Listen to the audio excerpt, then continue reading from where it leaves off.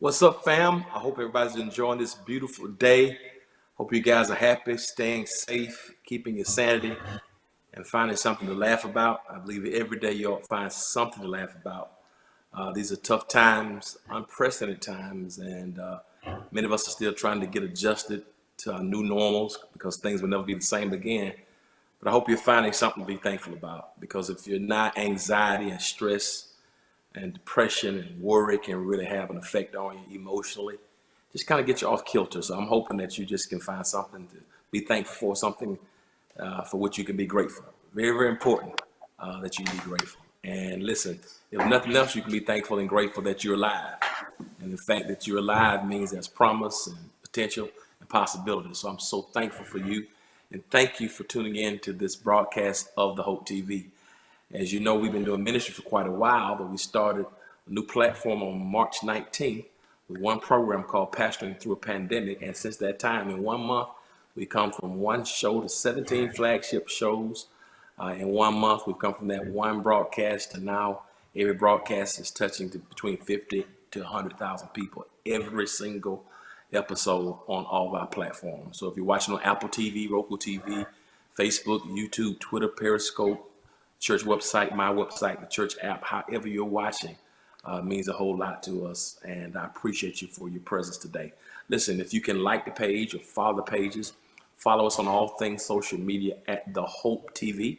If you can like it, subscribe to it, and send that link to somebody else. It certainly will help us. Somebody who wants some inspiration, somebody that's nothing on TV, you Netflix and chill yourself to death.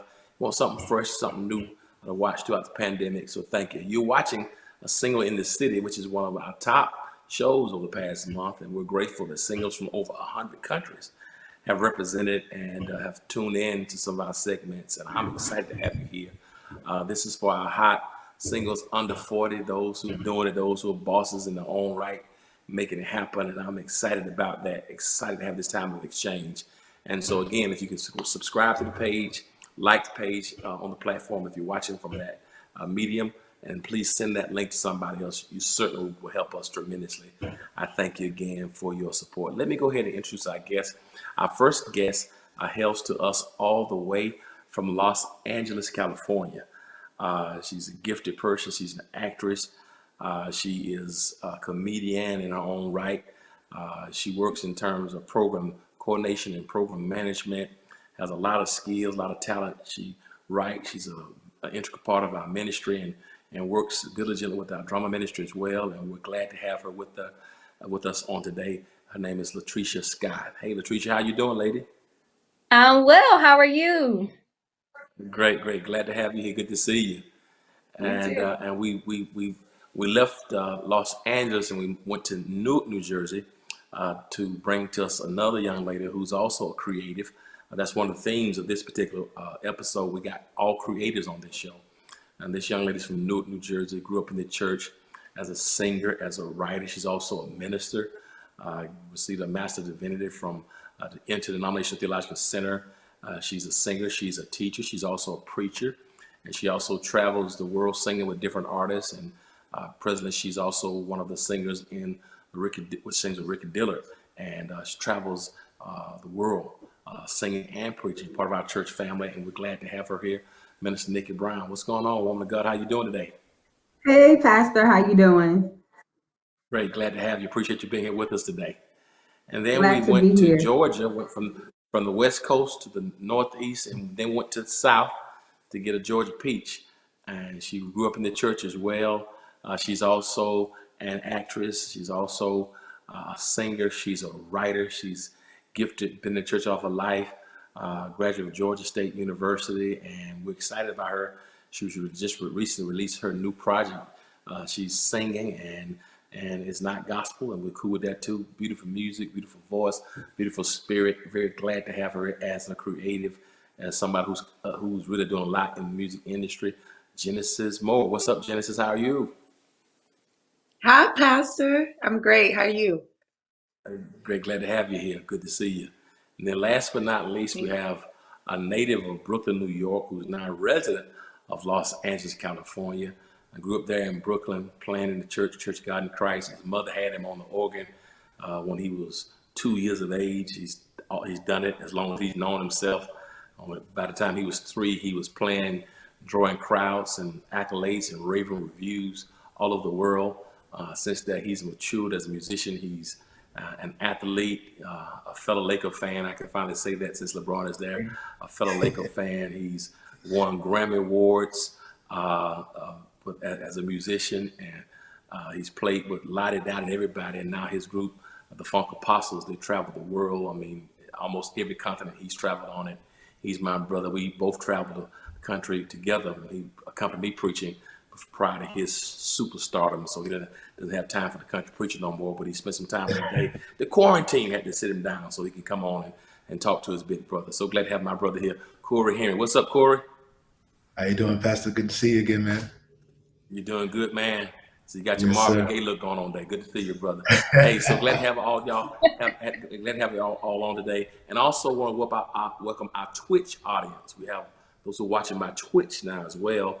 Forgive me for not recognizing you, all of our Twitch audience who's here. God bless you. Thank you for being on today. You know, I normally start with the ladies first, but since we just got one male on the panel today, I want to start with you, Cory. Just tell us about your story, your journey. I kind of hit it a little bit, but tell us who you are, how you got to where you are musically. I think the first time the video I saw, I think you were 4 playing the organ at the convocation, I believe. Just tell us a little of your story. Oh man, yeah, you hit all the good points. I've been playing since I was a little kid. My mother played several instruments. She was like the lead director and musician at this Kojic church that I grew up in Brooklyn, New York, called Unity Temple. At the age of 4, I started playing in church probably like every Sunday, and it was like a full-time job. I had to play for like 3-4 choirs and all that stuff. So I got a big training. I got a lot of training from playing in church at an early age, and then when I became a teenager or so, I got into jazz studies and started studying my favorite piano players, Chick Corea, Herbie Hancock, Art Tatum, kind of people. I started going to the Village Underground about 17, started sneaking in, and I was really excited to see a Hammond organ outside of the church. It was like the first time I've ever seen that, and I think that's when I opened up that's when it opened up the possibilities to wanting to be a travel musician, and from the age of 17 on to now, I've been touring the world and just following my dream and my passion to share music, because I believe that music is a universal language in which everybody, like we all understand it. And it's been a joy to just be able to say I'm doing something that I love to do. And I released some records, you called it, I won some Grammys, and that was really fun, and having a good time, just living my life. It's just, even in this quarantine, it's pretty cool right now. So it's a little about me. As you can tell, he's incredibly humble. I'm always more excited about his accomplishments than he is. But that's the kind of guy he is. Glad to have him here. Appreciate you, brother. Latricia, tell me about yourself. You from LA. You from where Cory is presently living. Tell me about your background. How did you get to be a creative? How did you get into acting and to bring you to where you are now? Oh, well, it'll be hard to follow what all the accomplishments Cory has just stated, but I'll do my best. Yes, originally born in Los Angeles, California. Acting has it just came about. It's the one thing that I feel as though comes so naturally for me. I have a lot of family videos with me with a lot of comedic commentary. And it kind of just began to blossom when I became a member at House of Hope through doing the Hope happenings and a lot of the plays. My talents really just started to develop, and I liked the way I was able to kind of enhance my writing ability with writing scripts, or kind of seeing where I can kind of make some changes in certain areas. So it's still in the developing stages, but I'm excited to see where it's going to take off. It comes so naturally for me. I just love it. I want to perfect it to become more fluent in and just all things acting, if that makes sense. That is one thing that I did say. If I don't have to be paid for it, I think that's the one thing that I would do. So I would say that actually would be my passion, and this is actually an answered prayer from my devotion that I completed last night was just, Lord, place back in me that passion that you would have for me to follow, for me, that thing that I need to breathe. And I'm thankful that this is an answered prayer for me. Outstanding. Nikki, you are from Newark. Newark, you've lived in Newark, you've lived in Milwaukee, and now you live in Atlanta. Singer, teacher, preacher, creative. Tell us something about your story. I kind of hit a few of the highlights, but I want to hear from you. Tell us about your journey. How did you get where you are now? Sure. Well, from Newark, New Jersey, grew up in the Baptist denomination, singing in the choir, being a part of community choirs in New Jersey. Went to college at Shaw University in Raleigh, North Carolina. A part of a community choir there. And it was that group, Patrick Riddick and Divine Worship out of Virginia. I would travel just about every weekend singing with him. And then in 2008, we had the opportunity to help Ricky Diller out at the Kojic AIM in Detroit. And so it was from then on, Ricky was like, hey, I'll be here. Could you help me out? Yep, I'll help you out. Moved down to Atlanta to receive my master's in divinity. I started singing with Kevin Lemons, and Ricky would do a couple of shows here, Sunday's Best at House of Hope. We had a couple of concerts, and he would say, hey, I need a soprano. Can you help me out? And I would say, absolutely.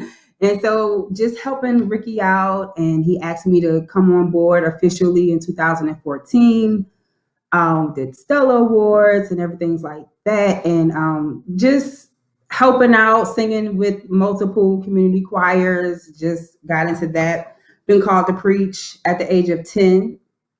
ITC really helped mold my preaching skills with exegeting the text and different things like that. Moved to Macon, Georgia to be a youth pastor. From there, moved to Milwaukee to be a youth pastor for a bishop. And I came back down to Atlanta, Georgia, and now I'm underneath the greatest leader in the world, Pastor E. Dewey Smith Jr., where I serve on the praise team. Yep, so just singing and teaching. Yeah, you trying to get some money out of me or something, or trying to get something, you're trying to butter me up. That's what it is. I just want to serve. God bless you. Praise the Lord. Appreciate it. So kind of. Genesis, want to hear your story. I know you raised in the church, brothers are athletes, incredible mother, and actress, singer, writer. You've helped our kids there, and to see you blossom and develop. Tell us something about your story. Of course. Well, first, thank you for having me. I've been singing my whole life. Started off in the church with my family, who are all preachers and teachers as well. And a national competition called AMTC, and I won. And then from there, I did American Idol at 16, and I left right before the top 24. And then I went to college. I went to Georgia State. I'm a proud Panther, became a science major of all things. And from there, I really loved the fact that I got to serve at House of Hope as being the choir director for the kids from kindergarten to 5th grade.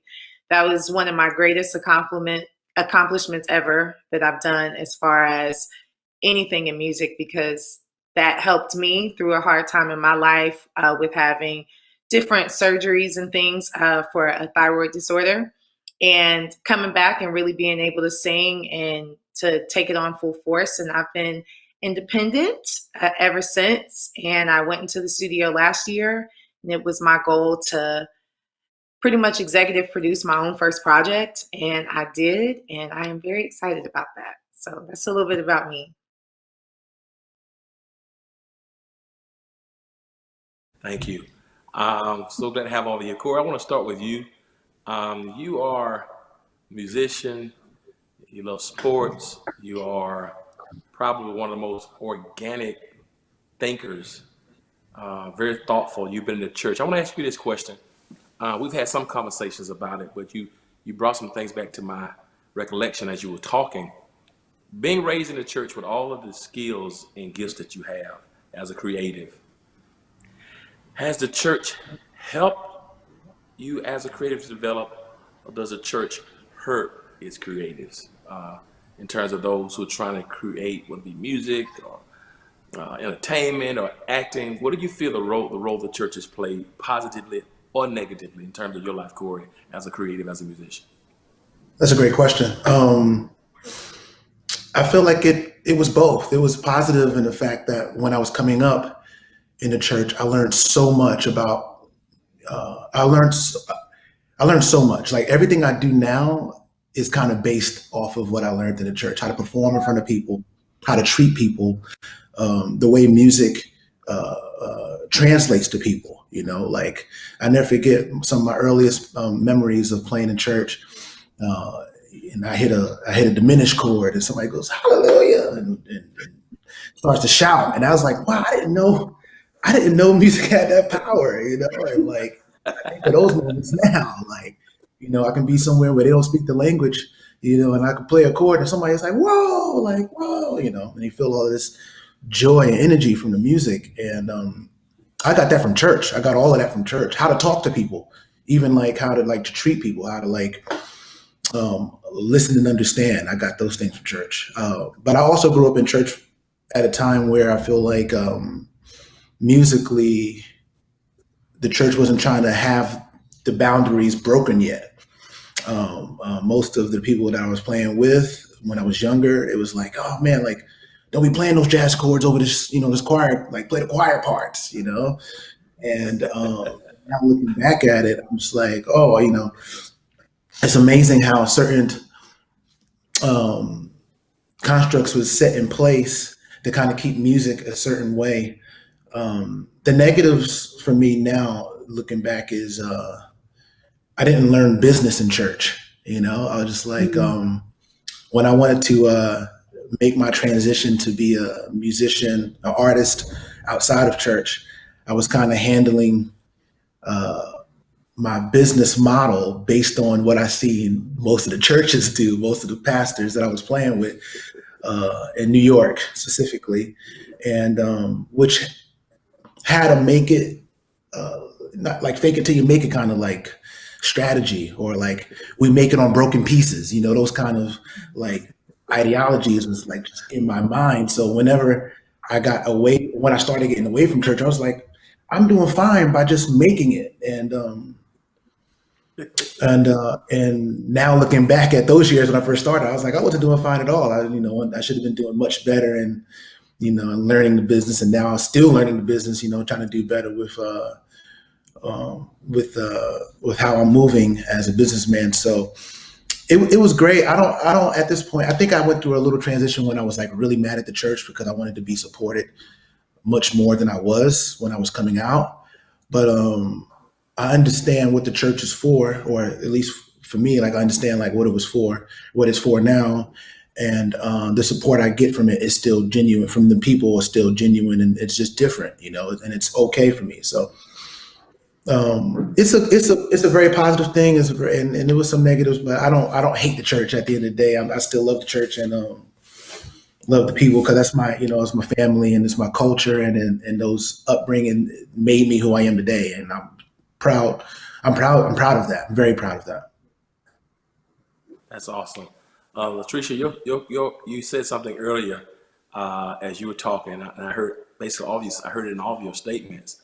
You talked about, you know, you being a character growing up, and anybody who's ever been a part of anything that you've done, we can tell that you're not acting. You know, you are, you know, it's who you are innately. You know what I mean? And Yes. one of the things that made me feel good was you said that being a part of the church has helped you to build and help that gift to blossom. And I want to raise that conversation because sometimes that does not happen. I have my own experiences like Cory. So, you know, have you been stifled yet in terms of what you want to do with the church and your gifts? I honestly can say I have not been stifled. I've been able to blossom, and I'm thankful. I'm so thankful for it. I remember when I was younger, I used to write short stories, get little stacks of loose leaf paper and start stapling them together, and then just start, just writing. It wasn't until I started writing some of the scripts for Hope Happenings that came back to my recollection. Like I used to do that. So I just found them there in the box upstairs. I'll blow the dust off of them in a little bit to maybe start that practice back up again. The church has helped me. House of Hope has blessed me in so many ways to just really allow me to see what are the gifts that I've been given. Not just, oh, okay, well, you can probably fit in this category, but what's inside of me, as opposed to just going along with what may seem right or may feel right for what someone else may want from me. I've been allowed to truly tap into my creative imagination, and it can go off the deep end. If you were to see some of the scripts I've written, child, when I say, I'm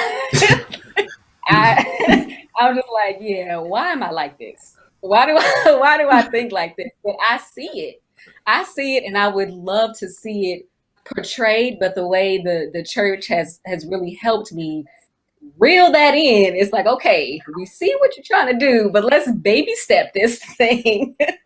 Because props and everything. My mind would just go there, and I just get so excited for it. I made a makeshift hazmat suit for one of the Hope Happenings that we were going to do, and I was so excited to showcase that, but it didn't happen. So I'm just thankful I've been able to get this foundation laid, to learn the ins and outs, and to really have that support. So I have not experienced anything negative from the church in my creativity ability. That's good. Minister Nikki, I want to press yours a little differently because you are creative, you're a singer, and you've done that for quite a while all your life, but you're also gifted as a minister to preach. I want to talk about that for a moment in terms of you being a preacher. You are a single lady, and we talk about inequity in business and and gender inequality, whether it be politics or sports or education. We do know there's some deviation in some sense of inequity in terms of how a man is treated in a male-dominated industry versus how a woman is treated in that same industry. So I want to ask you that question, Nick, in terms of your creativity rather, and your gifts as a minister. What has been your experience as a single lady who's also a preacher? How have you navigated that space? Pastor, it's been difficult. I'm gonna be so honest.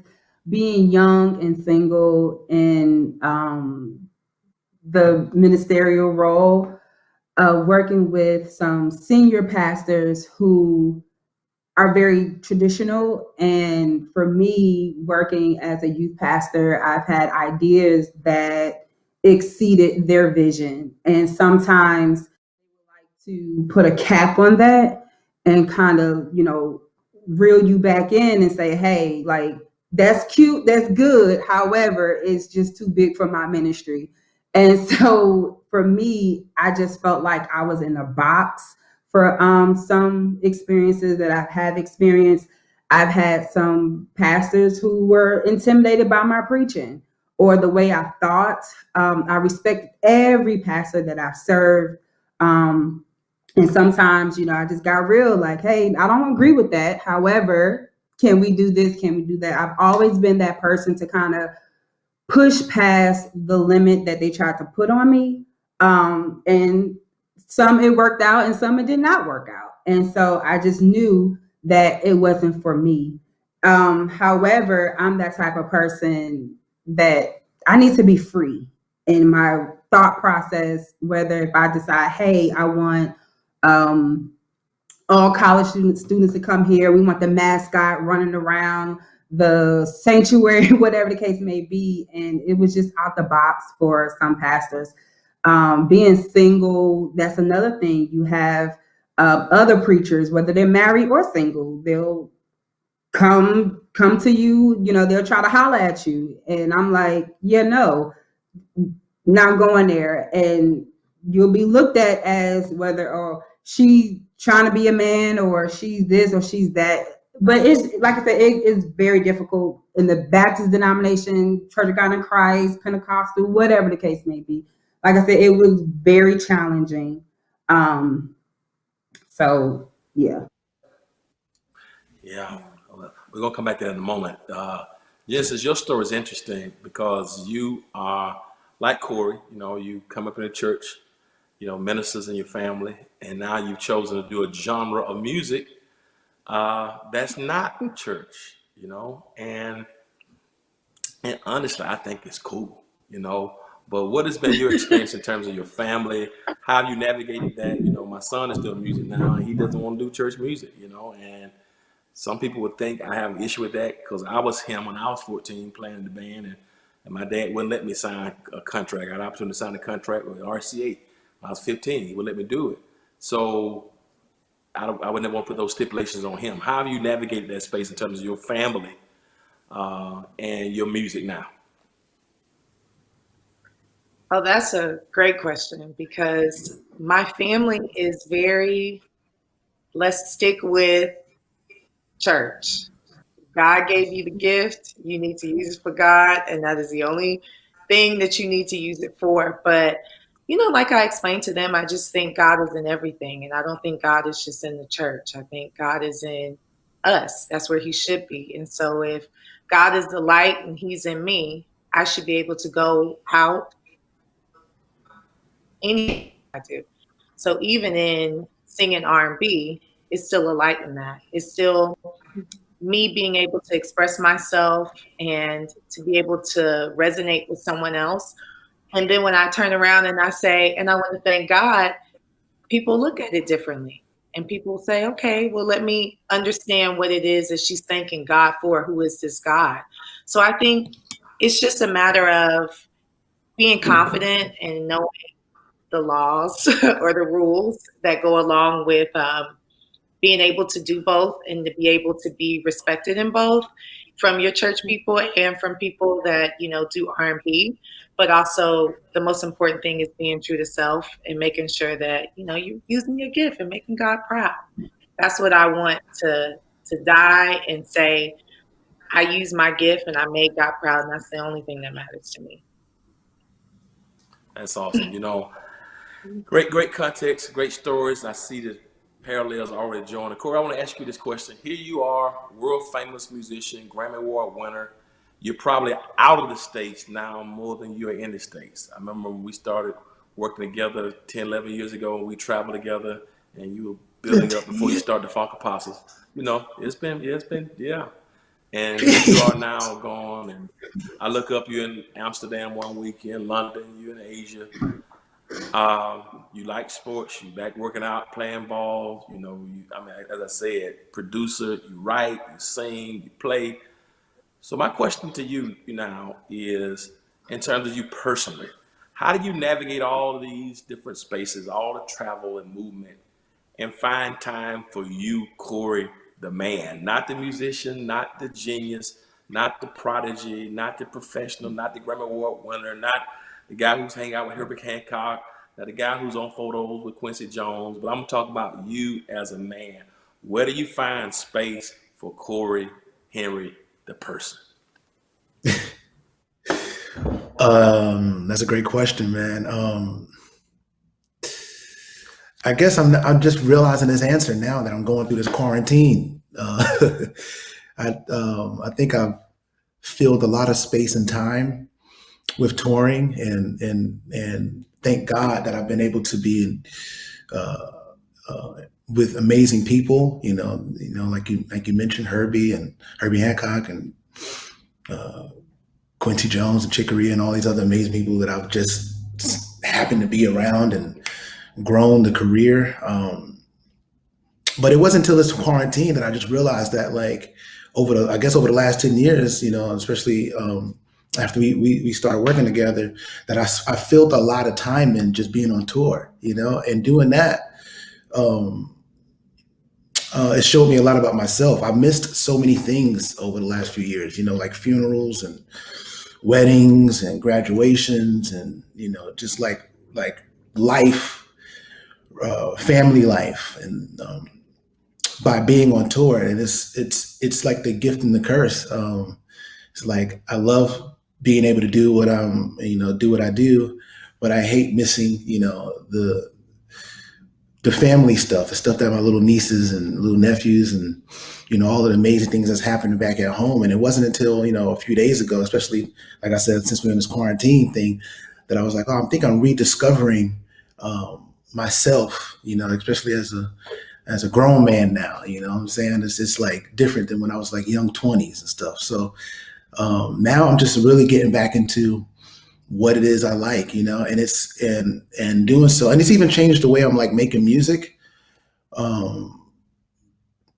I slowed everything down, and I'm like, okay, I need to focus on physical fitness again and focus on, all the things that I wasn't focusing on when I was on tour, because like being on tour, I just felt like, it's kind of like I'm Batman or something like that. Like you got like the Bruce Wayne effect, like the day job thing, and then like you just get to, go out and I get to turn into Batman. And I like being Batman more than I do like being Bruce Wayne. You know what I mean? So like now I'm just kind of again like rediscovering like what it is that Cory like. I miss going to the park and playing ball. Like I miss going bowling. I miss playing a video game. That's kind of like my new, like my old thing, but it's become back. I'm in the house playing a video game all the time, and it brings me joy. It's just like the joy I used to feel when I was 13 or 15. Like just having a regular life kind of thing, and having those changes is just, I feel like I'm growing again. Because I feel like when I was on tour, I wasn't probably growing in those areas as much, and I'm now taking pleasure in growing, fully, Wow, that's amazing to hear you say that, because I think that's real, not just for you as a single, me as a married man. I think everybody can relate to that in terms of this quarantine. I think Genesis, I think you had a conversation about, the producers asked you about in terms of your life and where you were in terms of dating, while you got guys that are doing amazing things in their careers, and you want to connect with somebody, in terms of dating or a relationship with somebody who's doing something on a major level. But at the same time, your position is you're not looking for it. You're not trying to find what they are necessarily, but you want to make sure that you are in a position that when he comes, you're ready, right? So my Right. question to you, we heard Cory talk about his situation. I think it's a great segue to you now. What are you doing in this time, since you're not really aggressively looking because you're younger and things kind of change, but you're younger, you're not 30. But what are you doing to get ready, like Cory, to find you? What do you do for Genesis to prepare yourself for when he comes? Well, for me, I am really into physical fitness. Like I have a trainer. I enjoy it. It is just something that I like to do because it gives me like a mental push before I get to do my day. So I love that. And another thing is just being emotionally balanced and understanding and just really diving deep into who I am and what I have to offer, and getting to know myself better and understanding that there might be some things in there that I don't like so much, or there might be some things in there that could use a little tweaking, or I could be a little more patient sometimes when it comes to this. So just being honest with myself. I try writing my feelings a lot because it helps me to be able to go back and actually look at what I was feeling at a certain time and kind of understand how to move forward, and to understand like how to be more patient, not just with other people, but with myself as well. And just being really, really like creative is the word. Like I am learning new things around my house, trying to fix things. I've never been like a handy person, but I'm trying to build things. I'm really trying to stay focused as far as writing. I started writing a book because I got bored, and I was like, you know what? I think I've learned a lot of things in 27 years. Why not? Let's just try it. So that was a really big thing for me, but just really understanding that I'm my greatest treasure. and who I am on the inside. And that'll reflect in everything. And so, I said what the Bible says, when a man finds a wife, he finds a good thing. And so I'm not looking, I'm not searching, but I'm putting myself in position to be prepared that when somebody does come, I'll be ready, and prayerfully that person will be ready.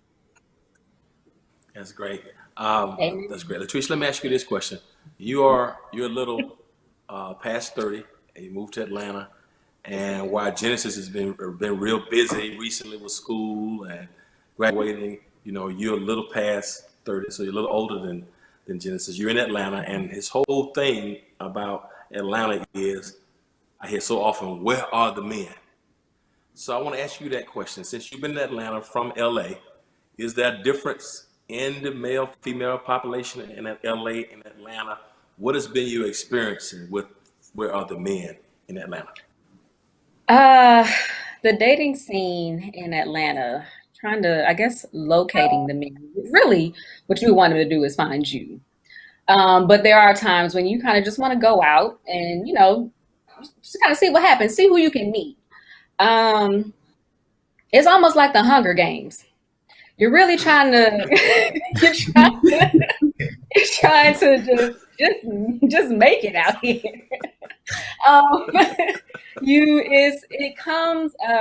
it can be a little daunting at times because you get to meet these individuals or meet these men, and a lot of us put up the facade at first. We live behind that mask, and so I recently I told my my aunt, I said, well, the guy who I was talking with last year, I said he might get left in 2019, and sure enough, he got left in 2019. I did say that I wanted 2020 to be about me, to be about really becoming more intimate with myself, knowing who I am on the inside and not what the societal pressures will want me to be or to succumb to.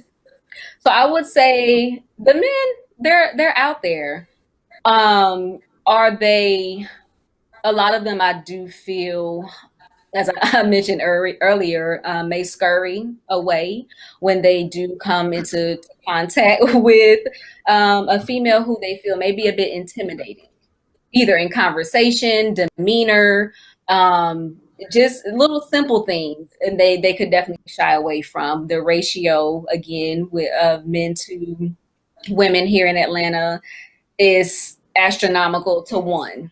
So we are trying to, you have a lot of women who really don't set high expectations for men they come into contact with. And it does make it hard for women who do have standards, who don't see as those little small nuances as something that can be overlooked, but looked as actually these are red flags. We need to look into this a little bit more, because that could be, a determining factor as to how well we proceed with this this interaction here. So I would say that the men are there. It's just really finding that soul tie that I think that all of us want at the end of the day. It's not based on a feeling. It's not based on what they can do for me, because at the end of the day, I would want to come into a relationship complete, and I want us to be able to complement each other. I don't want him to complete me, because then if he decides to act up and take off, then there's a piece of me that walked out the door with him.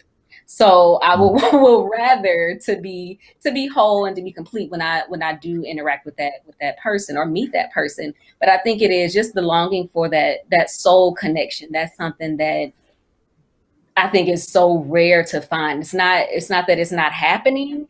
It's just I haven't experienced it yet. So, Nikki, I want to ask you the same question, because this is good. Nikki, you're from New Jersey, and according to the producers, you are self-proclaimed cutthroat with very little tolerance. That's the word that was given, that you describe yourself as cutthroat. And a lot of guys don't want to deal with you because you are cutthroat. When I heard that from the producers, I'm like, okay, we got to delve into that, because I know each culture. You Northeast, you're from New Jersey. So what does that mean, you're cutthroat? And And how do you reconcile being cutthroat with letting somebody come into your life? Because the guy got to come in holding his throat because he doesn't want his throat cut. So what does that look like since you're a cutthroat? So, being from the East Coast, we are very aggressive in conversation. It sounds like we're arguing, and we're really not. And so, being in the South, everyone is so humble, and everyone is so okay. I'll do this. For us, the women. And East Coast, we like, you want some water? You want soda? What do you want? I mean, just tell me. And so it's being cutthroat. I'm that type of person that's like, okay, you like me, I like you, let's try to make it work. If you don't, I'm good. And so it's just that aggressiveness, and a lot of Southern men cannot handle that, and they think I'm being argumentative. They think that I'm not so much as trying to be a man, but I'm just aggressive. And I'm trying to, pull back on that a little bit and try to take on that Southern belle hospitality and the voice, would you like, and that's not me, but I'm trying to incorporate that into my dating life. And it could be challenging at times, but yeah, being from the East Coast, we're just aggressive. We know what we want. We want to tell you up front. And if you want to get on the bandwagon, go ahead. If not, then let's just cut ties and just move on about our life. I got you. Last night there was a big thing. It got shut down. I couldn't see it online. We tried to do it on Saturday. It didn't work out good with, Teddy Riley and Babyface. And somebody said Teddy Riley is praise and Babyface is worship. But I guess you would be Teddy Pendergrass, turn off the light, turn off. I guess that's who you are. Just busting at the man. I'm working on it. I promise you. I got it. Cory, let me ask you this: How do you handle? Have you seen women, in terms of L.A. or New York? You've traveled the world. Have you seen different personalities, Cory, in different places in terms of the culture? In terms of, do you see that when she talked about? Because you're from Brooklyn. Absolutely. Has that been your experience? Absolutely. Yeah. I mean, especially in America, starting in America, it's just like East Coast women is way different. Like, I mean, almost like what she said, way different from Southern women is different from people out here West Coast. I think all American women is different from women I see in Europe or Asia, or in other places. Just like the customs, the way I feel like the culture rather is, is just super different. It all comes out. It's funny because it's like we all like wanting the same thing, but how we get to that place is just like it's worlds apart. Like women outside of the country are more like more helping. I feel like. I mean, more. It's almost like what you said about the voice thing. Like, yo, do you want some soda or do you want a glass of soda kind of thing, I just traveling, I just be like, I used to make those comparisons. I think I stopped a long time ago, but there's definitely differences. Yeah. Let me ask you this question. I want to ask this to all of you. Is there a need to change who you are for the sake of relationships? What should change? She talked about she knows who she is. She's trying to be something different. Is it possible to shift that if that's who you've always been? What are your thoughts on that? I ask that to all of you guys. How does that work? How much of yourself should you change or give in terms of trying to make it work with somebody? How do you want to answer? Anybody? I think it depends on what it is that needs to be changed. A lot of times and I know I've experienced it too, what needs to be worked on the most is communication. It's not a physical thing or anything like that. It's really just how am I getting my point across to you? Are you receiving what it is that I'm trying to say? Are we able to agree to disagree?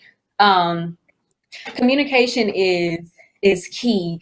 The guy who got left in 2019 actually told me he said, because it was a bit of I wasn't really getting words out of him. It was, I mean, full sentences out of him, coherent thoughts. It was just sporadic words.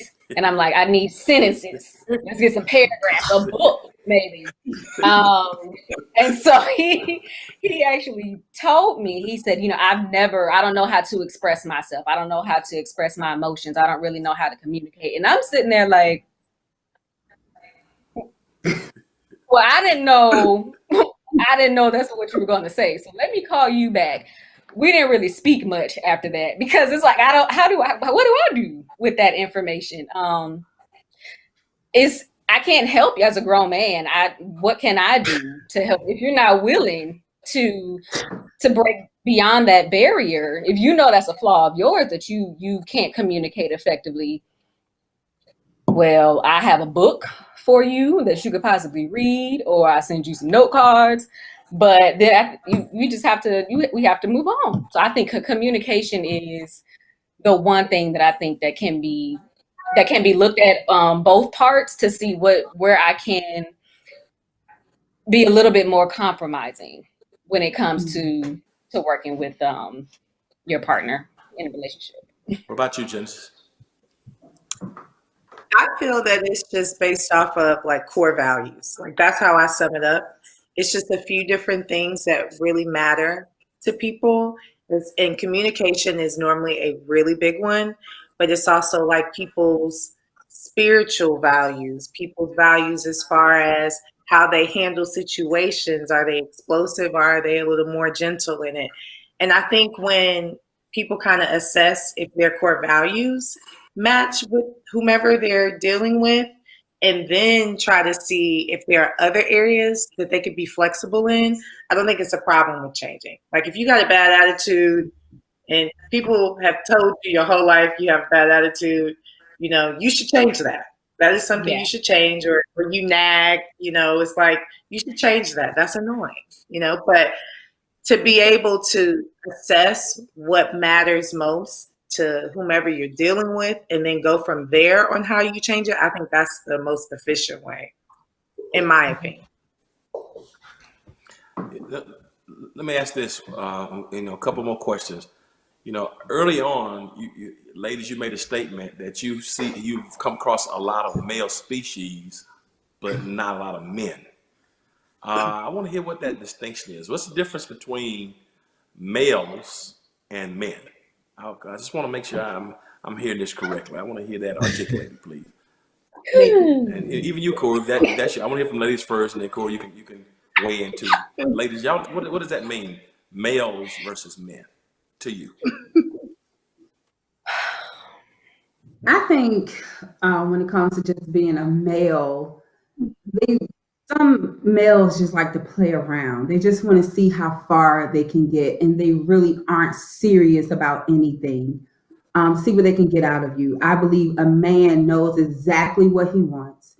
He knows he wants a family. He knows he wants this, his career-wise, and you are somebody that he wants, and he's going to pursue you, and not just play around with your time, your emotions. However, there are some men who know what they want and they still kind of play that mind game. And you just have to know exactly which one you're working with in that moment. Gotcha. Tricia, Genesis, Cory. Males versus men. I would say for males, it pretty much comes down to the physical makeup. You are a man. You are a male physically. Do you have the qualities that make you a man? As far as being able to take the lead on some things. For instance, just something as simple as, oh, I want us to hang out one day. Make the plan. Like just take the lead. Just something as simple as that. Just make the plan to do it. It's so rare that you're actually presented with, okay, I want to, are you free on Saturday because 1, 2, and 3? That is perfect. If you already have what you already know in your mind what it is that you want to do on Saturday. We want to go on a carnival to the carnival. We want to ride the streetcar. You already know, and you come with a plan. If I'm not available on Saturday, well, then unfortunately, that was a great plan, but we're gonna have to move it to the next Saturday. But you still had a plan. That's my thing. You can be male physically, but that being a man is internal. You know what it is that you want, and you know how to respectfully pursue a woman. That's just my 2 cents. Genesis? I would say a male, and just follow me with this, but I think people have so many different ideas of what they want from like women to men that some of the men get lost in the middle and lose their footing, and then we put them in the male category. Like, so for example, women, even though we talk about, you know, we want to be treated equally and fairly, which we do, it's like we still want to know when we're with our man that we're protected, that, you know, we're going to be taken care of. There are just certain things that we don't have to worry about. And I feel like a real man understands that and doesn't let specifically his woman lack in those certain areas. And a male will, you know, I mean, I ain't got it today, so you go pick up the bill, or, you know, it's like, you could have told me before we got here. Or, you know, we could have talked about this in the car. But I just think it's all that emotional maturity that comes along with being a man. It's all of that, like, you know, just any kind of growth and being open to growth and being open to real love that makes a man versus a male. Mm-hmm. Cory, does this put pressure on you, Cory? When you hear all this stuff, what are your thoughts on this, Cory, when you hear all this? Oh, no pressure at all. I think everything you guys said was right, especially the emotional, being emotionally available, or maturity. Mm-hmm. I think as a man now, I think more about the time, or what is it? The decision to make accurate, you know, to take an accurate position. And since I've like grown up, I think like when I was younger, I didn't think about things this way. I would just be like, oh, she looks cute, you know, like she looks cute, and like that's it, you know. And now it's like it's not about that at all. It's exactly about what you guys are saying. It's like, you know, I'm not trying to waste time, I'm not trying to play games, you know. So like when you're not playing games, you'd be more accurate and more thorough with, you know, whether it's plans or anything, your decision to kind of to grow a relationship, you know, if that's what you're in it for. I think most men don't think about it because your mind's just be on other things. And especially like I was having a conversation with a friend of mine before about trying to date during this social media age, you know, like with Instagram, how heavy Instagram is, and how that can sway, you know, men's decisions from like being in love. You know, I know some people who was like in love and then like, you know, get out of love, you know, because of like Instagram. You know, it's just like it's crazy that that's a dynamic, but it's definitely harder than it was probably like in 1991, you know, when it was just, you know, all of those other things. I feel like there's more pressures in that world than there is, at least to me, than like saying, okay, now that I'm a man, I want a woman, and I want her to be there for me and grow a relationship and be emotionally available, emotionally mature, and all the way there, you know. Wow. Guys, we get ready to wind this down. This has been an incredible conversation. Thank you for sharing. I want to get one last statement from all of you. Nikki, you are navigating, called to preacher at 10, singer, teacher, preacher. There may be another single person, lady or man out there who's struggling with their call, who's had some bumps in the road. What kind of advice do you give to the other young single preachers, single ladies out there, Nikki, as you close? What kind of word of encouragement? How are you making it? How you getting through those moments to still be happy, and what can they do in their bumps and in their bruises to survive? So, Nikki, what's your piece of advice? Some advice that I can give is definitely do some self evaluation during this time of isolation. Asking God, what is it that you need to learn about you? You can be in the way of you, and so taking that time out to meditate, to pray, to read your word, walk around your block, and just get a fresh breath of air and allowing God to speak to you. That thing that may bother you the most in church. Maybe your very calling to, go back into your church and help out and serve in that area. As a woman, what I'm doing now, I'm getting my credit together. I'm getting my whole life together, my spiritual life together, because I want a house, somebody has to have good credit. So I'm doing some self-evaluations. My mouth, I know that I can be aggressive. So I'm working on that. I'm learning how to be more hospitable and very Southern-like since I'm in the South. Just self-evaluation and just allowing God to speak to you, speak through you, and correct you from you. Because 10 times out of 10, it's you that is in the way of you and your success. That's good. That's good. Amen. Tricia, you moved from LA to Atlanta, navigating, working on your talents. What kind of advice you give to people watching? How have you made it? And how are you surviving there?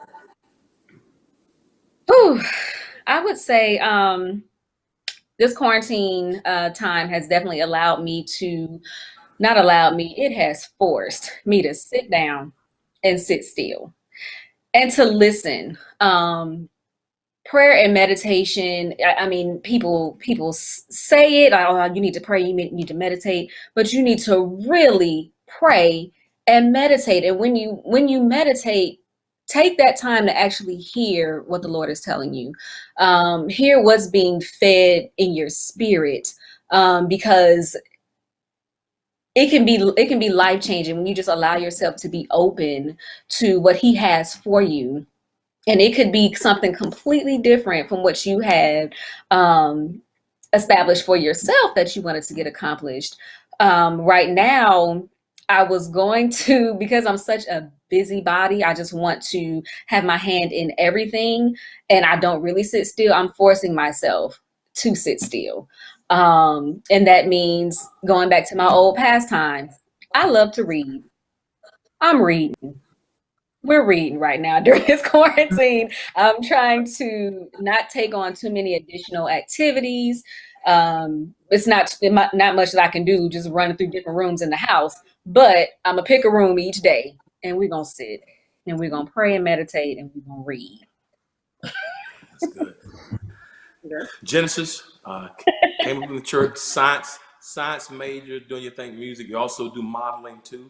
What kind of advice do you have to others out there who you go from science to music? How do you pursue your dream? You made it. You set a goal last year. You're gonna produce your project. The project just came out. What kind of advice do you give to those who are watching? How have you got to where you are right now? Trust God, work hard. That's essentially it. And just be honest and be true to yourself and listen to yourself and trust that what you're saying is the right thing, or what God is saying to you is the right thing, and it's in you for a reason.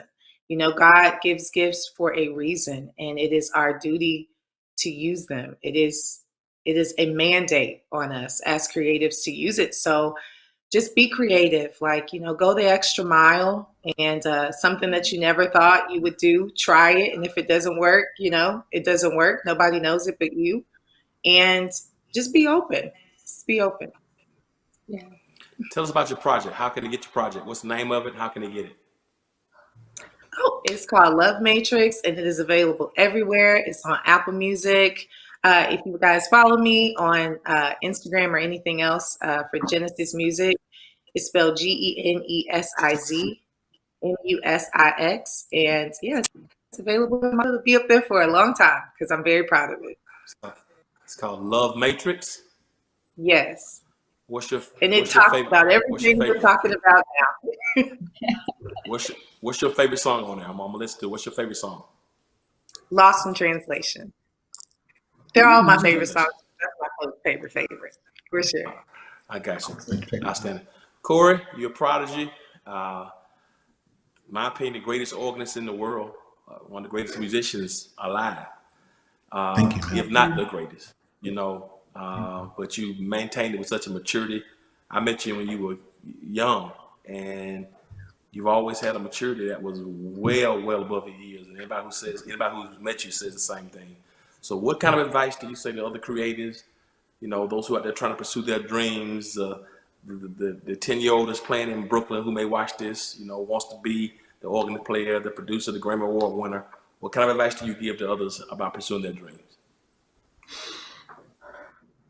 The thing I think about the most is making sure that I do it because I love it. Like I play music because I love it.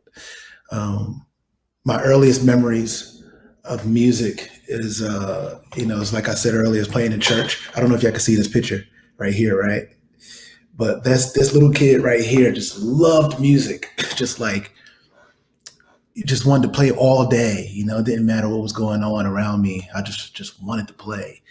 And I feel like now that I've grown up a little bit, I can't say I've always wanted to play, but finding the love again for me is paramount, because the moment that you love something, you do whatever it takes to keep building on what you love. Whether it's in relationships or now music. For me, I'm talking about people in sports. No matter what it is, when you love it, you just find any way to get better at it, to keep on doing it.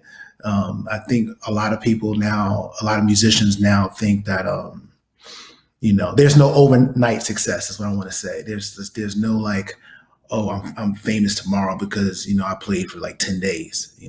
I just and the music community right now, the music industry rather, is so different than what it was years ago. So if you don't love it, you get stressed out because of it. And I tell a lot of young cats, if you don't love it, just do something else, anything else. Find something you love though.